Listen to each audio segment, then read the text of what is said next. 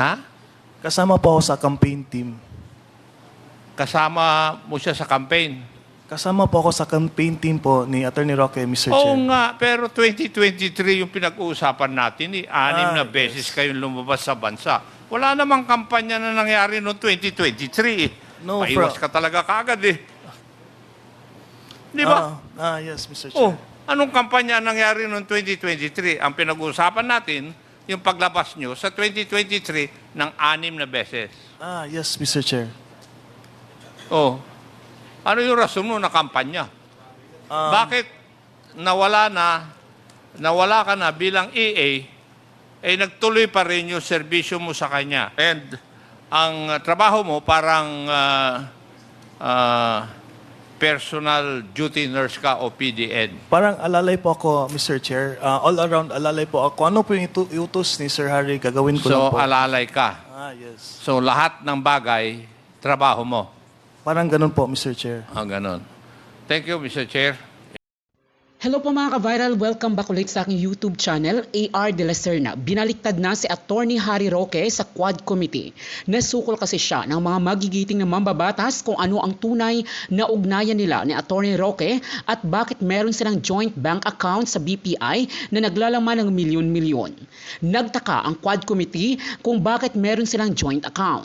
Umamin din si De La Serna na maraming beses silang lumabas ni Roque sa ibang bansa tulad ng Japan, China at iba pang mga bansa.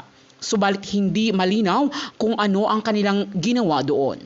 Naintriga din ang mga congressmen sa sagot ni De La Serna na all around siya kay Roque at kahit anong iutos ni Roque sa kanya ay gagawin niya ito.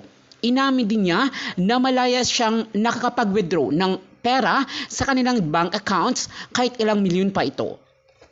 Ganon di umano sila ka-close sa isa't isa dahil siya daw ang pinakapaboritong executive assistant ni Roque. Naungkat din kung magkano ang pinapasahod ni Roque sa kanya. Ayon kay AR De La Serna ay merong ipinangako si Attorney Roque sa kanya tungkol sa negosyo sa solar sa Cebu. Narito nga ang matinding isiniwalat na AR De La Serna kay Attorney Harry Roque na dati niyang boss at hindi malinaw kung ano ang kanilang relasyon sa Quad Committee hearing sa Kongreso. Campaign team. Kasama mo siya sa campaign? Kasama po ako sa campaign team po ni Attorney Roque, Mr. Oo Chair. nga, pero 2023 yung pinag-uusapan natin. 6 na beses yes. kayong lumabas sa bansa. Wala namang kampanya na nangyari noong 2023. No, Paiwas ka talaga kaagad eh. Di ba? Yes, Mr. Oh, Chair. anong kampanya nangyari noong 2023? Ang pinag-uusapan natin, yung paglabas nyo sa 2023 ng 6 na beses. Yes, Mr. Chair. Oh, ano yung rason mo na kampanya?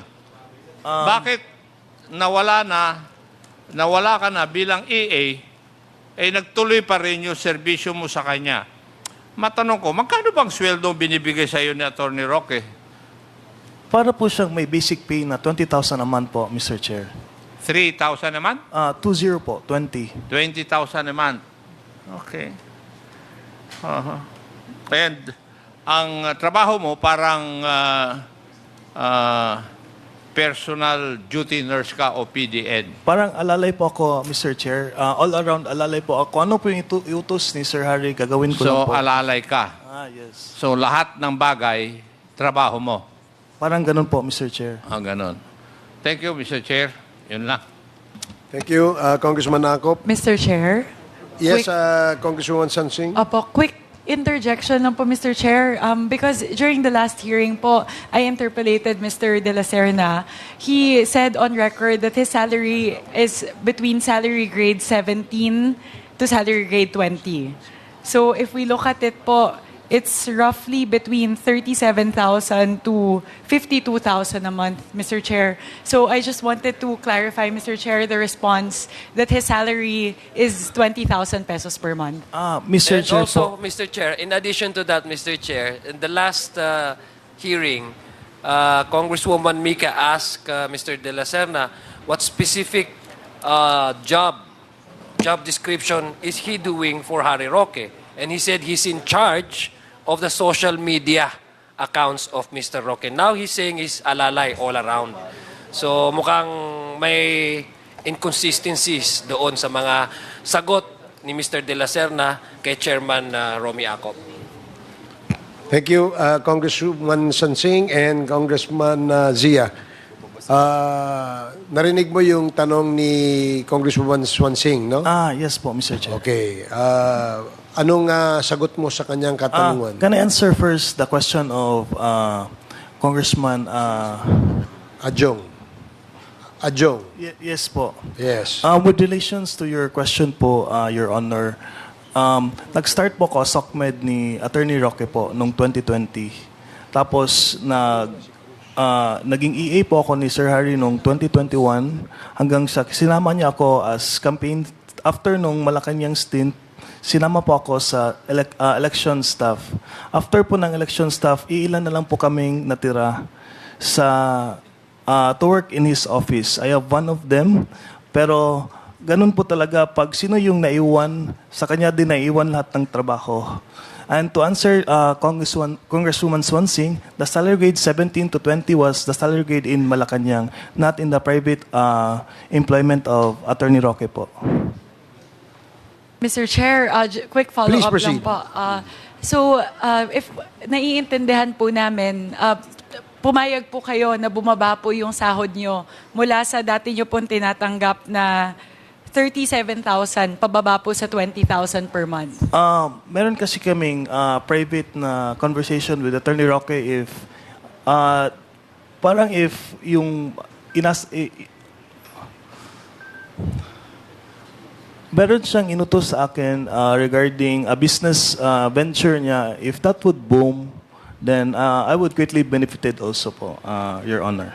Mr. Chair, if we may probe further into that, ano po yung business na yon? Mr. Chair, the solar plant na tinatayo po in Cebu po, Your Honor. Bukod po doon, Mr. Chair, meron po bang ibang ipinangako si Attorney Harry Roque? Kasi po, para po sa akin, Mr. Chair, medyo malaki po yung binagsak ng sahod nyo. Halos nakalahati po yung diferensya ng sahod nyo nung kayo ay EA na tumatanggap po ng 37 to 52,000 per month, pababa po sa 20,000. So, siguro po, sinusubukan ko lang pong intindihin na bakit po kayo pumayag na manatili sa poder ni Attorney Harry Roque kahit po halos higit po sa kalahati yung binagsak po na inyong sahod? Hindi ako umalis kay Sir Harry kasi maganda naman yung opportunity kasi the solar plant in Cebu was parang mag-open na po soon, Your Honor. Meron po ba kayong natanggap na sahod o may kinita po ba kayo? Kasi po, yun yung dahilan kung bakit kayo nanatili sa kanyang poder. Pero meron po ba kayong actual na kinita mula po doon sa solar plant na yun? Not yet po, Your Honor. So sa loob po ng halos 4 na taon, simula po nung natapos po yung inyong, tama po ba? 2000? Pwede ko pong i-correct, Your Honor. Go ahead, Mr. De La Serna. That promise was made in after the elections po, mga July po of 2020 po, Your Honor. Yun lang po, Mr. Chair, kasi kahit po tumatanggap po siya ng 20,000 per month na sahod, pumayag po siya na magbukas ng bank account, ng joint bank account, kasama po si Attorney Harry Roque, nang hindi niya po alam yung pumapasok, magkano yung pumasok, magkano po yung lumabas. Sorry, Mr. De La Serna, medyo konektado po ito doon sa tanong ko nung nakaraan. Bakit po kayo pumapayag na ganon? Na magbubukas po kayo ng joint account na magkasama, pumipirma po kayo ng mga papel bilang board of directors, bilang nominal stockholder ng Biancham. Siguro po, yun lang po yung sinusubukan kong intindihan. Halos yes. isang linggo na po simula nung nagkausap tayo. Pero pag pinag-iisipan ko pa rin po, sinusubukan ko pa rin pong intindihan, bakit po kayo pumapayag sa mga request po ni Attorney Harry Roque? Siguro naman po, Mr. Chair, Your Honors, hindi man ako ipapahamak ni Attorney Roque po, Your Honor. Yun po yung basis ko to trust Attorney Roque po. Mr. Chair, doon po muna yung tanong ko ngayon. Follow up lang po sa mga katatungan ni Kong Acop. Maraming salamat po. Thank you very much, Mr. De La Serna. Mr. Chair, may Yes, follow up the Congressman question Acop, of with the the indulgence Honorable of Swansing. Congresswoman Sansing.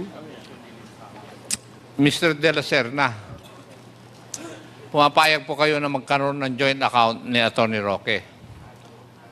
Yes po, Mr. Chair. Magkano naman ang kinocontribute mo o kinontribute mo initially dun sa joint account ninyo? Wala po akong kinukontribute po doon. Wala ka.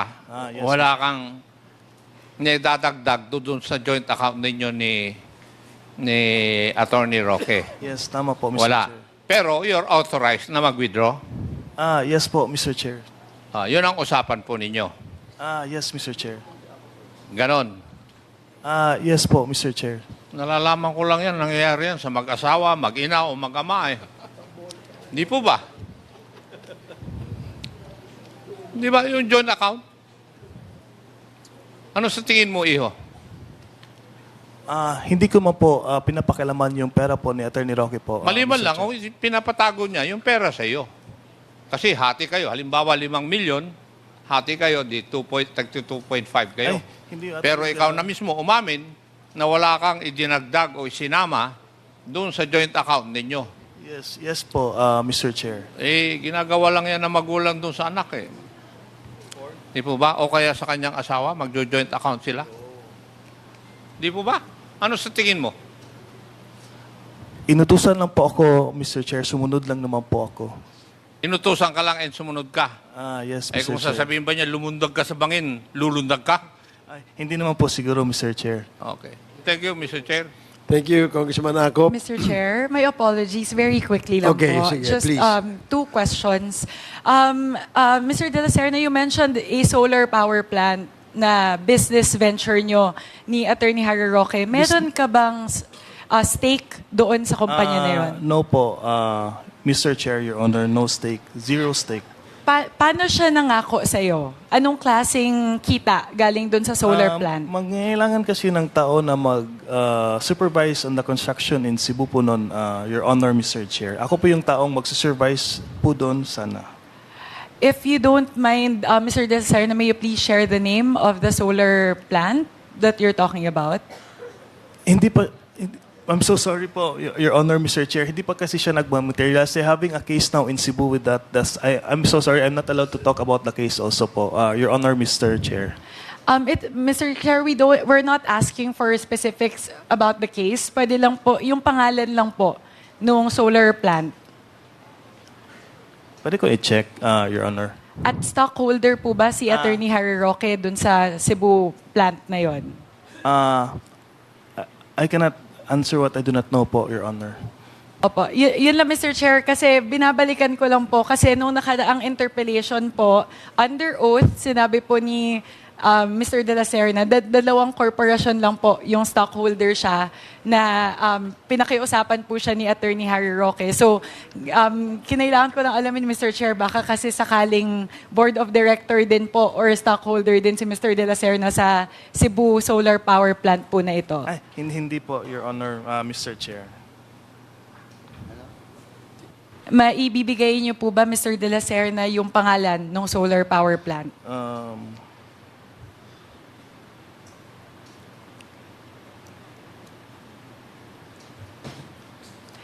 Mr. De La Serna, habang hinahanap niyo po, so ang expectation po ba ay habang nag-aviation school kayo sa Pampanga, nahanap ay ko na po. mag-manage po kayo na solar power plant sa Cebu? Ganun po ba yung usapan? That was Magkalayo po yun? That was before deciding to pursue a career in aviation po, Your Honor. Okay. The name of the company would be Northern Cebu Renewable Energy Corporation Incorporated po. Sorry, Mr. De La Serna, can you say that slowly po? Northern Cebu Renewable Energy Corporation Incorporated po, Your Honor, Mr. Chair. Apo. Thank you very much, Mr. Chair. Thank you, Congresswoman Sonsing. Yes, I have a follow-up question. Medyo na-intriga ako dun sa ano eh. please proceed, Congresswoman Sia. Oo. Mr. De La Serna, can you confirm ano po itong joint venture ninyo ni Mr. Attorney Harry Roque pagdating sa solar energy? Wala po kaming joint venture with the company po, Your Honor, Mr. So Chair. ano yung participation mo doon, Mr. Chair?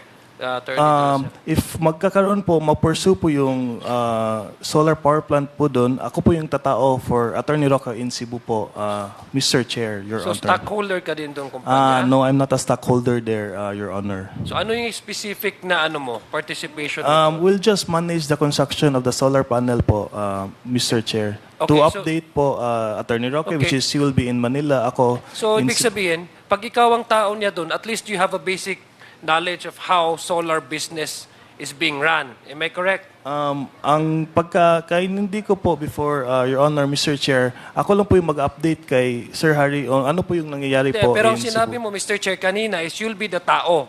Yes, tama okay. po. So kung ikaw yung tao doon, ibig sabihin at least you'll have a knowledge on how to run a business. yes. Diba? So do you have a knowledge on how to run a solar business? I'm still studying po, Your Honor, Mr. Chair. But before that, kasi hindi niya gagawin na ikaw ang papalagay niya doon, Mr. Chair, kung malulugi para sa kanya na ikaw ang tatayo doon. Kasi the reason why, I think Attorney Harry Roque, matalino yun, di ba? Yes. Oo. So the reason why ikaw ang nilagay niya doon, apart from confident siya, na ikaw ay pinagkakatiwalaan niya, baka ano siya, baka confident siya sa iyong kaalaman. Hindi ho ba?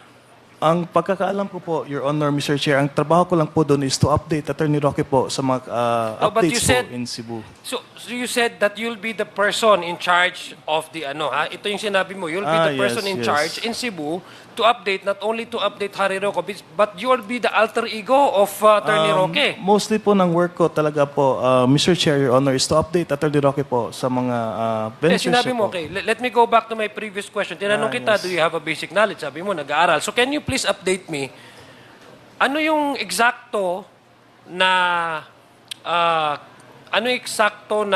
na aspeto ng solar energy ang investa ninyo or alam mong pwede mong i-share sa committee ito? Ang alam ko po, they will be producing floating energy po in Cebu po. Is it is it generation? Is it distribution?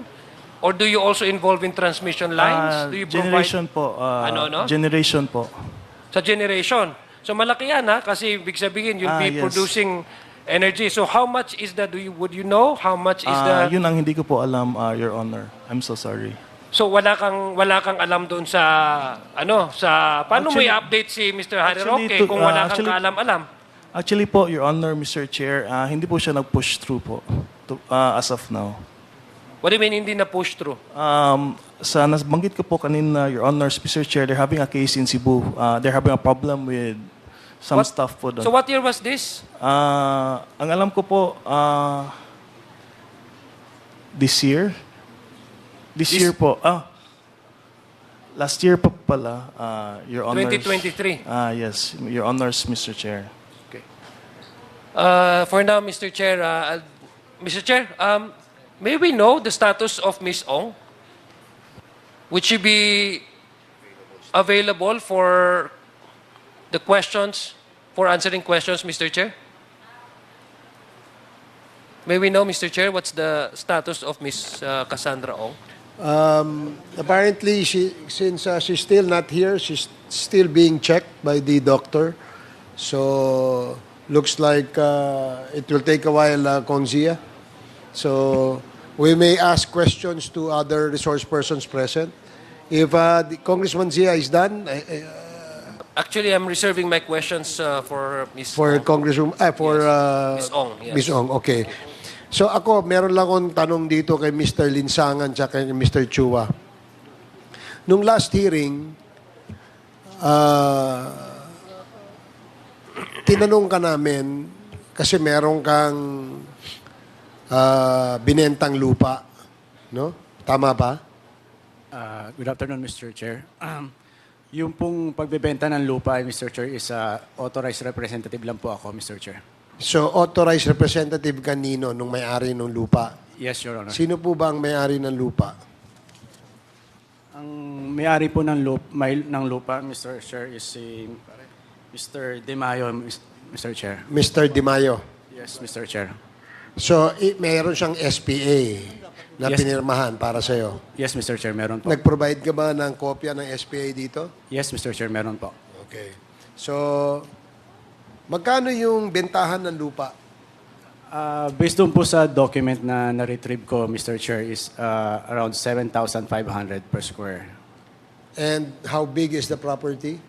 2,500 square meter, Your Honor. So magkano, kung natatanda mo, magkano yung total na pinagbentahan ng lupa? The total amount, Your Honor, is 18,750,000, Your Honor. 18 million. Yes, Your Honor. Okay. Nung last hearing, inadmit mo rin na merong pumasok sa account mo na 16.7 million. Tama? Yes, Mr. Chair. Okay. At ang sabi mo, yung 16.7 million na yon, proceeds nung lupang pinagbentahan. Yes, Mr. Chair. May I explain, Mr. Chair? Sige, paki-explain. Kasi ang presyo ay 18 million something, pero ang pumasok sa iyo ay 16.7 million lang. Yes, Mr. Chair. So what is the reason behind the yung difference? Mr. Chair, nung pong binayaran siya ng buyer, binawas na po kagad nila yung commission nila, pati po yung capital gains tax po doon sa payment po. So kaya po naging 16,700,000 plus lang po. So magkano yung amount ng property? 18,750,000, Your Honor. And the capital gains, anong year yan? 2022, Your Honor. So 2022, how much is the capital gains tax BIR? 2022? It is 6%, Mr. Chair. 6%. So 6% ng 18 million ay magkano?